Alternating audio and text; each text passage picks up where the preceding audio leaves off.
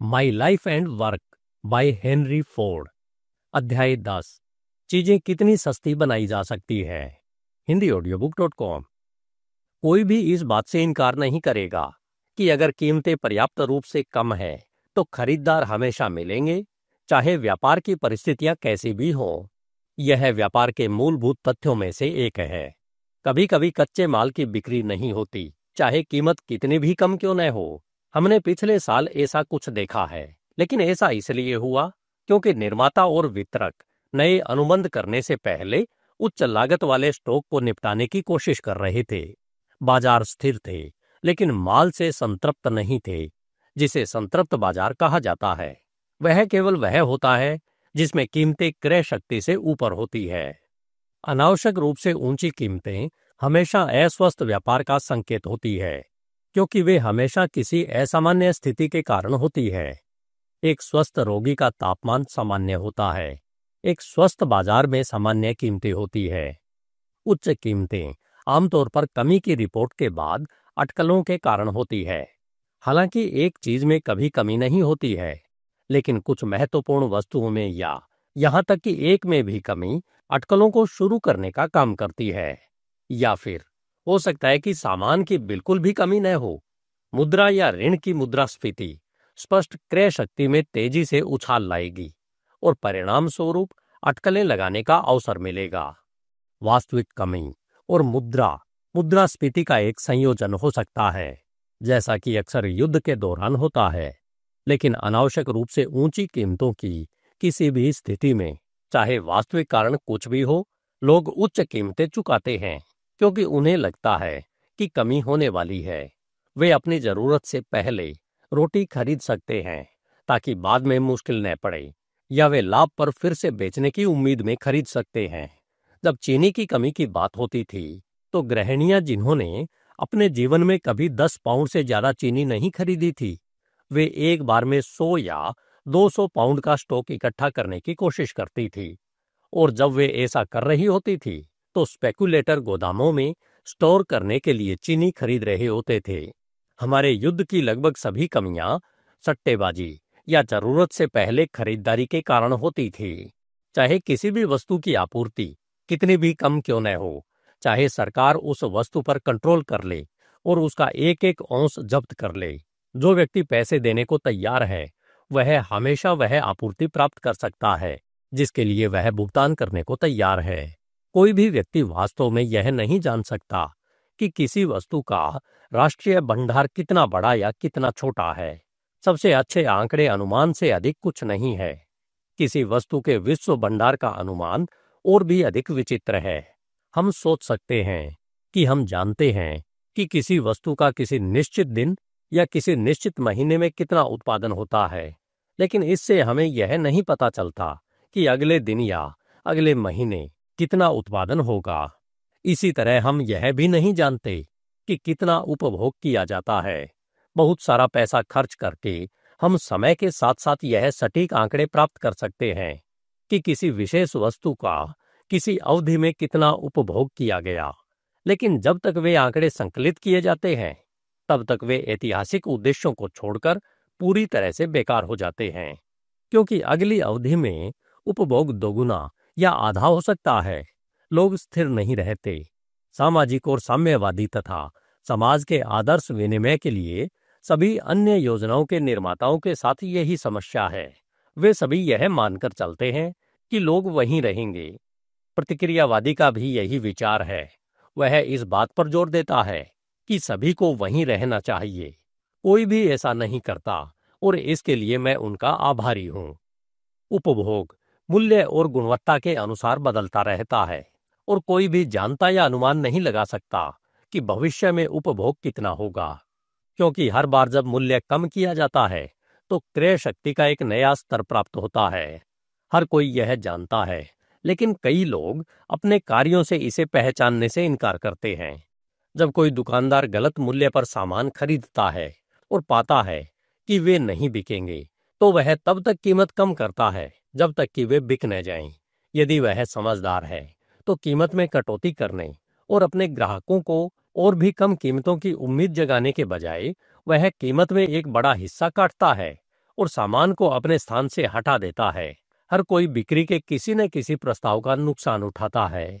आम उम्मीद यह है कि अनुमान के बाद नुकसान की भरपाई के लिए बड़ा लाभ हो सकता है। यह आमतौर पर एक भ्रम है।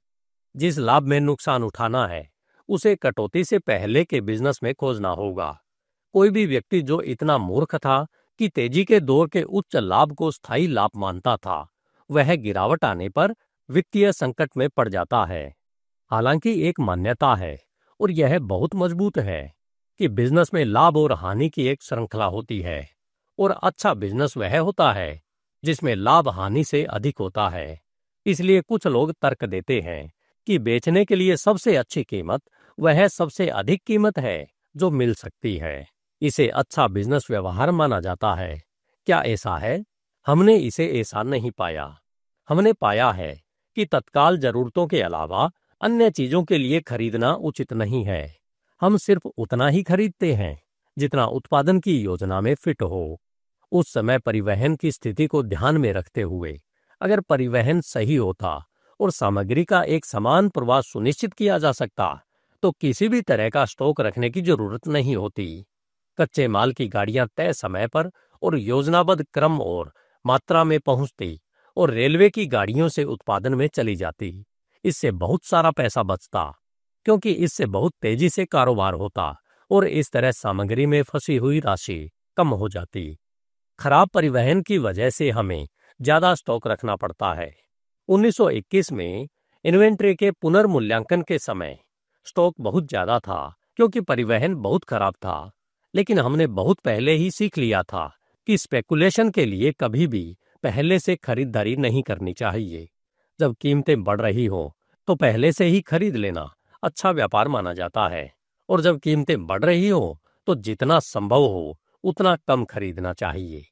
यह साबित करने के लिए किसी तर्क की आवश्यकता नहीं है कि यदि आप 10 सेंट प्रति पाउंड पर सामग्री खरीदते हैं और बाद में सामग्री 20 सेंट प्रति पाउंड हो जाती है, तो आपको उस व्यक्ति पर एक अलग लाभ होगा जो 20 सेंट पर खरीदने के लिए मजबूर है। लेकिन हमने पाया है कि इस तरह से पहले खरीदना लाभदायक नहीं है। यह एक अनुमान लगाने की प्रतियोगिता में प्रवेश करना है। यह बिजनेस नहीं है। यदि कोई व्यक्ति 10 सेंट पर एक बड़ा स्टॉक खरीदता है तो वह तब तक ठीक स्थिति में है जब तक दूसरा व्यक्ति 20 सेंट का भुगतान कर रहा है। फिर उसे बाद में 20 सेंट पर और सामग्री खरीदने का मौका मिलता है, और यह एक अच्छी खरीद लगती है, क्योंकि सब कुछ 30 सेंट की कीमत पर जाने का संकेत देता है। अपने पिछले निर्णय पर बहुत संतुष्ट होने के कारण जिस पर उसने पैसा कमाया था वह निश्चित रूप से नई खरीद करता है। फिर कीमत गिर जाती है और वह वहीं पहुंच जाता है जहां से उसने शुरुआत की थी। हमने वर्षों से सावधानीपूर्वक अनुमान लगाया है कि आवश्यकताओं से पहले खरीदना लाभदायक नहीं है, कि एक खरीद पर लाभ दूसरे पर होने वाले नुकसान से संतुलित हो जाएगा, और अंत में हम बिना किसी संगत लाभ के बहुत परेशानी में पड़ गए हैं। इसलिए हम अपनी खरीदारी में बस उतनी ही कीमत लेते हैं जितनी हमें चाहिए। अगर कीमत ज्यादा हो तो हम कम नहीं खरीदते, और अगर कीमत कम हो तो हम ज्यादा नहीं खरीदते। हम जरूरत से ज्यादा सौदेबाजी से बचते हैं। उस फैसले पर पहुंचना आसान नहीं था, लेकिन आखिर में सट्टेबाजी किसी भी निर्माता को मार देती है।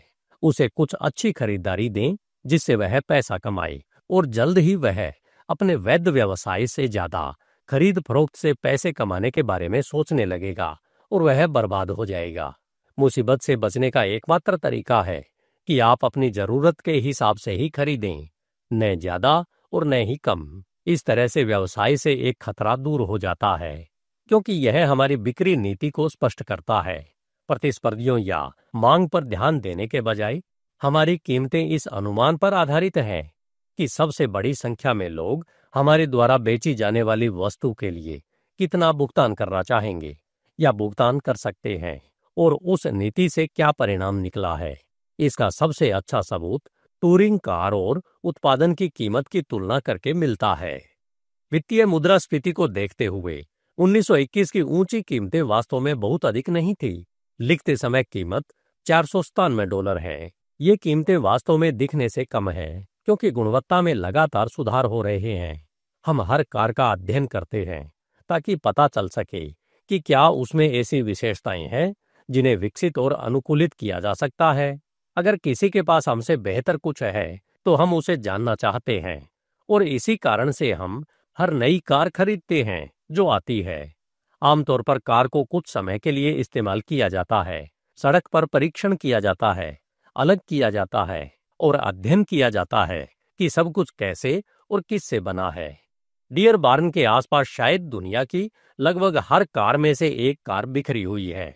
जब भी हम कोई नई कार खरीदते हैं तो वह अखबारों में छप जाती है और कोई टिप्पणी करता है कि फोर्ड का इस्तेमाल नहीं करता।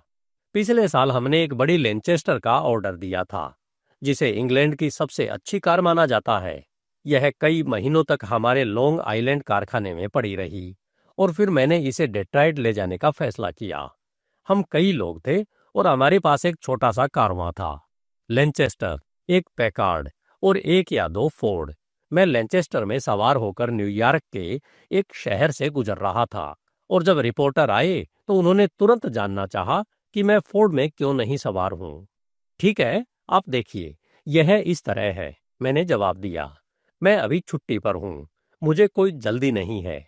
हमें इस बात की ज्यादा परवाह नहीं है कि हम घर कब पहुंचेंगे। यही कारण है कि मैं फोर्ड में नहीं हूं। आप जानते हैं, हमारे पास फोर्ड कहानियों की एक श्रृंखला है। हमारी नीति कीमत कम करना, संचालन बढ़ाना और वस्तु को बेहतर बनाना है। आप देखेंगे कि कीमत में कमी सबसे पहले आती है। हमने कभी भी किसी लागत को तय नहीं माना है, इसलिए हम पहले कीमत को उस बिंदु तक कम करते हैं जहां हमें लगता है कि अधिक बिक्री होगी। फिर हम आगे बढ़ते हैं और कीमत तय करने की कोशिश करते हैं। हम लागतों के बारे में चिंता नहीं करते। नई कीमत लागतों को कम करने के लिए मजबूर करती है। अधिक सामान्य तरीका लागत लेना और फिर कीमत निर्धारित करना है, और यद्यपि वह विधि संकीर्ण अर्थों में वैज्ञानिक हो सकती है, यह व्यापक अर्थों में वैज्ञानिक नहीं है। क्योंकि लागत जानने का क्या मतलब है अगर यह आपको बताता है कि आप उस कीमत पर निर्माण नहीं कर सकते जिस पर वस्तु बेची जा सकती है। लेकिन इससे भी महत्वपूर्ण बात यह है कि हालांकि कोई यह गणना कर सकता है कि लागत क्या है, और निश्चित रूप से हमारी सभी लागतों की सावधानीपूर्वक गणना की जाती है, कोई नहीं जानता कि लागत क्या होनी चाहिए। लागत क्या होनी चाहिए, यह पता लगाने के तरीकों में से एक यह है कि इतनी कम कीमत बताई जाए कि उस स्थान पर हर कोई दक्षता के उच्चतम बिंदु पर पहुंच जाए। कम कीमत हर किसी को लाभ के लिए खुदाई करने के लिए मजबूर करती है। हम इस जबरन विधि के तहत विनिर्माण और बिक्री के संबंध में किसी भी इत्मीनान से जांच की विधि की तुलना में अधिक खोज करते हैं। सौभाग्य से उच्च वेतन का भुगतान कम लागत में योगदान देता है, क्योंकि पुरुष बाहरी चिंताओं से मुक्त होने के कारण लगातार अधिक कुशल बनते हैं। 8 घंटे के दिन के लिए $5 का भुगतान हमारे द्वारा किए गए सबसे बेहतरीन लागत कटौती कदमों में से एक था, और $6 का दैनिक वेतन $5 से सस्ता है। यह कितना आगे जाएगा हम नहीं जानते।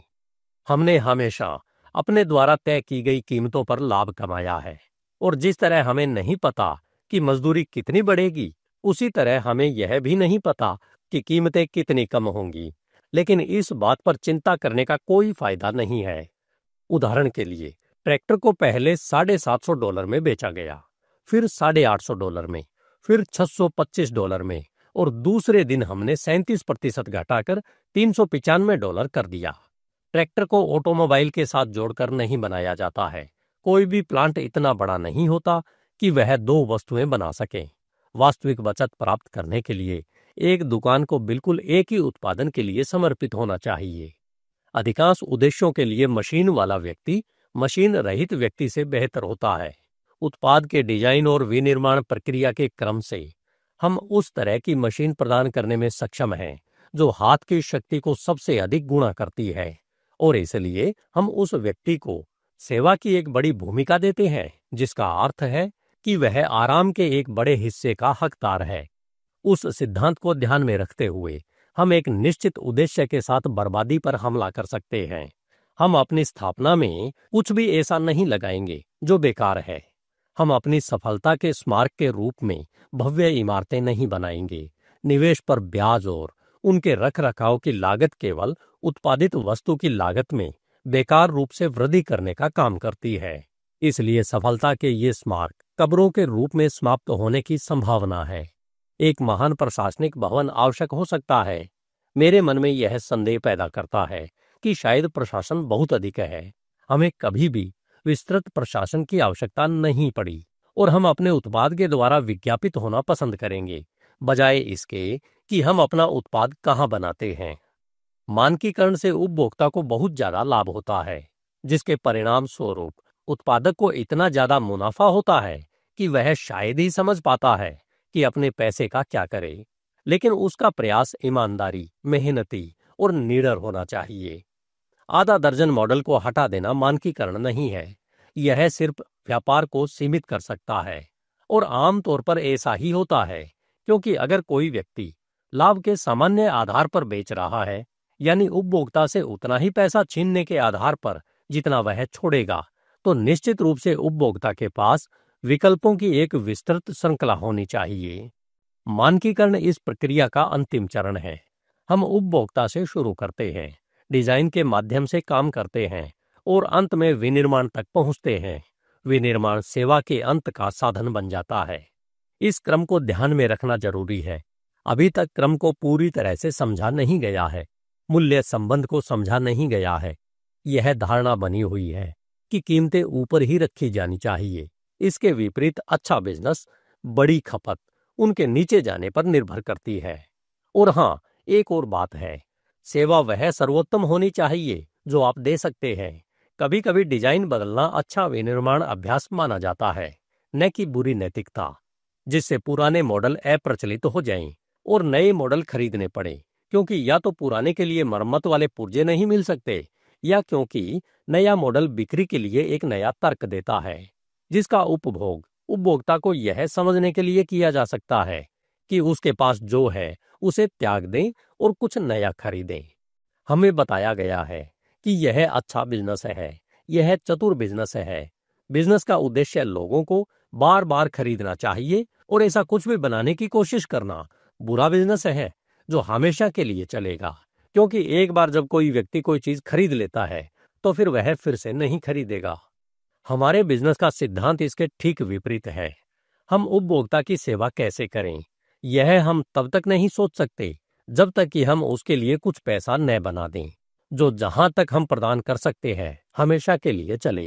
हम ऐसी मशीन बनाना चाहते हैं जो हमेशा चलती रहे। हमें यह अच्छा नहीं लगता कि खरीदार की कार घिस जाए या पुरानी हो जाए। हम चाहते हैं कि जो व्यक्ति हमारा उत्पाद खरीदता है उसे कभी दूसरा उत्पाद न खरीदना पड़े। हम कभी भी ऐसा सुधार नहीं करते जिससे कोई पुराना मॉडल पुराना हो जाए। किसी खास मॉडल के पुर्जे न केवल उस मॉडल की सभी दूसरी कारों के साथ बदले जा सकते हैं, बल्कि वे उन सभी कारों के समान पुर्जों के साथ बदले जा सकते हैं जो हमने बनाई है। आप 10 साल पुरानी कार ले सकते हैं और आज के पुर्जे खरीदकर बहुत कम खर्च में उसे आज की कार बना सकते हैं। इन उद्देश्यों के होने पर दबाव में लागत हमेशा कम हो जाती है, और चूंकि हमारे पास लगातार कीमत घटाने की दृढ़ नीति है, इसलिए हमेशा दबाव रहता है। कभी कभी यह और भी कठिन हो जाता है। बचत के कुछ और उदाहरण लें। सफाई से सालाना $6 लाख की बचत होती है। स्क्रैप के उपयोग में लगातार प्रयोग चल रहे हैं। एक स्टैंपिंग ऑपरेशन में शीट मेटल के 6 इंच के गोले काटे जाते हैं। ये पहले स्क्रैप में जाते थे। कचरे ने लोगों को चिंतित कर दिया। उन्होंने डिस्क के लिए उपयोग खोजने के लिए काम किया। उन्होंने पाया कि प्लेटें रेडिएटर कैप में स्टैंप करने के लिए बिल्कुल सही आकार की थी, लेकिन धातु पर्याप्त मोटी नहीं थी। उन्होंने प्लेटों की दोगुनी मोटाई की कोशिश की, जिसके परिणाम स्वरूप उन्होंने एक कैप बनाई जो परीक्षण में धातु की एक सीट से बनी कैप से अधिक मजबूत साबित हुई। हमें प्रतिदिन ऐसी 1.5 लाख डिस्क मिलती है। अब हमने प्रतिदिन लगभग 20,000 डिस्क का उपयोग पाया है और शेष के लिए आगे के उपयोग खोजने की उम्मीद है। हमने उन्हें खरीदने के बजाय ट्रांसमिशन बनाकर प्रत्येक पर लगभग $10 बचाए। हमने बोल्ट के साथ प्रयोग किए और एक विशेष बोल्ट बनाया जिसे अपसेटिंग मशीन कहा जाता है, जिसमें एक रोल्ड थ्रेड होता है जो किसी भी बोल्ट से अधिक मजबूत होता है, जिसे हम खरीद सकते हैं। हालांकि इसके निर्माण में बाहरी निर्माताओं द्वारा उपयोग की जाने वाली सामग्री का केवल 1/3 ही उपयोग किया गया था। बोल्ट की एक शैली पर अकेले बचत प्रति वर्ष $500,000 थी। हम डेट्राइट में अपनी कारों को इकट्ठा करते थे और हालांकि विशेष पैकिंग द्वारा हम एक मालगाड़ी में 5 या 6 को रखने में कामयाब रहे, हमें एक दिन में कई सैकड़ों मालगाड़ियों की आवश्यकता थी। ट्रेनें हर समय अंदर और बाहर चलती थी। एक बार एक दिन में 1000 मालगाड़ियां भरी जाती थी। एक निश्चित मात्रा में भीड़ भाड़ अपरिहार्य थी। मशीनों को गिराना और उन्हें इस तरह से पैक करना बहुत महंगा है कि वे पारगमन में क्षतिग्रस्त न हो। परिवहन शुल्क के बारे में तो कहना ही क्या। अब हम डेट्रॉइट में एक दिन में केवल 3 या 400 कारें ही इकट्ठी करते हैं, स्थानीय जरूरतों के लिए पर्याप्त। अब हम पूरे संयुक्त राज्य अमेरिका और वास्तव में पूरी दुनिया में अपने असेंबलिंग स्टेशनों पर पुर्जे भेजते हैं और मशीनों को वहीं जोड़ा जाता है। जहां भी किसी ब्रांच के लिए किसी भाग को डेट्रॉइट में हमसे सस्ते में बनाना और उन्हें भेजना संभव होता है, तो ब्रांच वह भाग बनाती है। इंग्लैंड के मैनचेस्टर में स्थित प्लांट में लगभग पूरी कार बनाई जा सकती है। आयरलैंड के कार्क में ट्रैक्टर प्लांट में लगभग पूरा ट्रैक्टर बनाया जा सकता है। यह खर्च में भारी बचत है और यह केवल एक संकेत है कि उद्योग में आमतौर पर क्या किया जा सकता है। जब किसी मिश्रित वस्तु का प्रत्येक भाग ठीक उसी बिंदु पर बनाया जाता है जहां इसे सबसे अधिक किफायती तरीके से बनाया जा सकता है। हम कार में आने वाली हर सामग्री के साथ लगातार प्रयोग कर रहे हैं। हम अपने जंगलों से ही अपनी अधिकांश लकड़ी काटते हैं। हम कृत्रिम चमड़े के निर्माण में प्रयोग कर रहे हैं, क्योंकि हम प्रतिदिन लगभग 40,000 गज कृत्रिम डम बेड का उपयोग करते हैं। एक पैसा यहाँ और एक पैसा वहाँ एक साल के दौरान बड़ी मात्रा में हो जाता है। हालांकि सबसे बड़ा विकास रिवर रूज प्लांट है, जो अपनी पूरी क्षमता से चलने पर हमारे द्वारा बनाए जाने वाले हर उत्पाद की कीमत में बहुत अधिक और कई दिशाओं में कटौती करेगा। पूरा ट्रैक्टर प्लांट अब वहां है। यह प्लांट डेट्रॉइट के बाहरी इलाके में नदी पर स्थित है और यह संपत्ति 665 एकड़ में फैली हुई है, जो भविष्य के विकास के लिए पर्याप्त है। इसमें एक बड़ी स्लिप और एक टर्निंग बेसिन है, जो किसी भी झील के स्टीम शिप को समायोजित करने में सक्षम है। एक शॉर्टकट नहर और कुछ ड्रेजिंग डेट्रॉइट नदी के माध्यम से एक सीधा झील कनेक्शन प्रदान करेगी। हम बहुत अधिक कोयले का उपयोग करते हैं। यह कोयला डेट्रॉइट, टोलेडो और आयरनटन रेलवे के ऊपर हमारी खदानों से सीधे आता है, जिसे हम कंट्रोल करते हैं। हाईलैंड पार्क प्लांट और रिवर रूज प्लांट में इसका एक हिस्सा भाप के प्रयोजनों के लिए जाता है। दूसरा हिस्सा बाई प्रोडक्ट कोक ओवन में जाता है, जिसे हमने रिवर रूज प्लांट में स्थापित किया है। कोक ओवन से यांत्रिक संचरण द्वारा ब्लास्ट फर्नेस में जाता है। ब्लास्ट फर्नेस से कम वाष्पीकरण गैसों को पावर प्लांट बॉयलरों में पाइप के माध्यम से भेजा जाता है, जहां उन्हें बड़ी बॉडी प्लांट से चूरा और छीलन से जोड़ा जाता है। हमारे सभी बॉडी का निर्माण इस प्लांट में स्थानांतरित कर दिया गया है और इसके अलावा कोक हवा का उपयोग अब स्टोकिंग के लिए भी किया जा रहा है। अब इस प्रकार भाप बिजली संयंत्रों को लगभग विशेष रूप से अपशिष्ट उत्पादों से जलाया जाता है। डायनमो के साथ सीधे युग्मित विशाल भाप टरबाइन इस शक्ति को बिजली में बदल देते हैं और ट्रैक्टर और बॉडी प्लांट में सभी मशीनरी इस बिजली से अलग अलग मोटरों द्वारा चलाई जाती है। समय के साथ यह उम्मीद की जाती है कि लगभग पूरे हाईलैंड पार्क प्लांट को चलाने के लिए पर्याप्त बिजली होगी और तब हम अपने कोयले के बिल में कटौती कर देंगे। कोक भट्टियों के उप उत्पादों में एक गैस भी है। इसे रूज और हाईलैंड पार्क संयंत्रों में पाइप के माध्यम से भेजा जाता है, जहां इसका उपयोग ऊष्मा उपचार उद्देश्यों, इनेमल भट्टियों, कार भट्टियों और इसी तरह के अन्य कार्यों के लिए किया जाता है। पहले हमें यह गैस खरीदनी पड़ती थी। अमोनिया सल्फेट का उपयोग उर्वरक के लिए किया जाता है। बेंजोल एक मोटर ईंधन है। ब्लास्ट भट्टियों के लिए उपयुक्त नहीं होने वाले छोटे आकार के कोक को कर्मचारियों को बेचा जाता है। सामान्य बाजार मूल्य से बहुत कम कीमतों पर उनके घरों में मुफ्त में पहुंचाया जाता है। बड़े आकार का कोक ब्लास्ट भट्टियों में जाता है। इसमें कोई मैनुअल हैंडलिंग नहीं होती है। हम पिघले हुए लोहे को ब्लास्ट भट्टियों से सीधे बड़ी करछुओं में डालते हैं। ये करछुल दुकानों में आती है और लोहे को बिना किसी और हीटिंग के सीधे सांचों में डाला जाता है। इस प्रकार हम न केवल अपने स्वयं के विनिर्देशों के अनुसार और सीधे अपने कंट्रोल में लोहे की एक समान गुणवत्ता प्राप्त करते हैं, बल्कि हम पिग आयरन को पिघलाने से बचते हैं और वास्तव में विनिर्माण में एक पूरी प्रक्रिया को कम करते हैं और साथ ही अपने सभी स्क्रैप को उपलब्ध कराते हैं। यह सब बचत के मामले में कितना होगा, यह हम नहीं जानते। यानी हम नहीं जानते कि बचत कितनी होगी, क्योंकि प्लांट इतने लंबे समय से नहीं चल रहा है कि यह भविष्य में क्या होने वाला है इसका संकेत दे सके। और हम कई दिशाओं में बचत करते हैं, परिवहन में, हमारी बिजली उत्पादन में, गैस उत्पादन में, कास्टिंग में खर्च में, और फिर इसके अलावा उप उत्पादों और कोक के छोटे आकार से होने वाली आय में। इन उद्देश्यों को पूरा करने के लिए अब तक निवेश $40 मिलियन से अधिक है। इस प्रकार हम स्रोतों तक कितनी दूर तक पहुंच पाएंगे, यह पूरी तरह से परिस्थितियों पर निर्भर करता है। कोई भी व्यक्ति कहीं भी उत्पादन की भविष्य की लागतों के बारे में अनुमान लगाने से अधिक कुछ नहीं कर सकता। यह पहचानना अधिक बुद्धिमानी है कि भविष्य अतीत से कहीं अधिक रखता है, कि हर दिन अपने भीतर पिछले दिन के तरीकों में सुधार रखता है। लेकिन उत्पादन के बारे में क्या? अगर जीवन की हर जरूरत इतनी सस्ती और इतनी मात्रा में उत्पादित की जाए, तो क्या दुनिया जल्द ही वस्तुओं से भर नहीं जाएगी? क्या ऐसा समय नहीं आएगा जब कीमत की परवाह किए बिना लोग बस वही नहीं चाहेंगे जो उनके पास पहले से है? और अगर विनिर्माण की प्रक्रिया में कम से कम लोगों का उपयोग किया जाता है, तो इन लोगों का क्या होगा? वे नौकरी कैसे पाएंगे और कैसे जी पाएंगे? पहले दूसरे बिंदु पर विचार करें। हमने कई मशीनों और कई तरीकों का उल्लेख किया है जिन्होंने बड़ी संख्या में लोगों को विस्थापित किया है। और फिर कोई पूछता है, हाँ, मालिक के दृष्टिकोण से यह बहुत अच्छा विचार है, लेकिन उन बेचारे लोगों का क्या होगा जिनकी नौकरियां छीन ली गई है? यह सवाल पूरी तरह से वाजिब है, लेकिन यह थोड़ा अजीब है कि इसे पूछा जाना चाहिए। औद्योगिक प्रक्रिया के बेहतरीन होने से लोग वास्तव में कम बेरोजगार हुए। रेलवे के आने से स्टेज कोच ड्राइवरों की नौकरी चली गई। क्या हमें रेलवे पर प्रतिबंध नहीं लगा देना चाहिए था और स्टेज कोच ड्राइवरों को रखना चाहिए था? क्या स्टेज कोच में काम करने वाले लोगों की संख्या रेलवे में काम करने वाले लोगों की संख्या से ज्यादा थी? क्या हमें टैक्सी को रोक देना चाहिए था, क्योंकि इससे आने से घोड़ा गाड़ी चलाने वालों के मुंह से रोटी छिन गई? जब घोड़ा गाड़ी अपने चरम पर थी, तब टैक्सी की संख्या की तुलना घोड़ा गाड़ी से कैसे की जा सकती है?